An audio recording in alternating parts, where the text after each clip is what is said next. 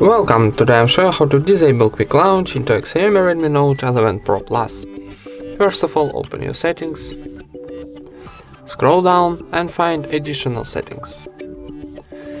Here choose against the shortcuts option, and this block first it's our quick launch. So for example, I wanna turn off maybe this launch camera.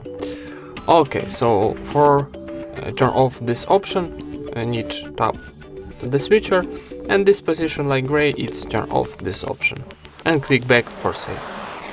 And that's it. Thank you for watching, leave thumbs ups and subscribe to our channel.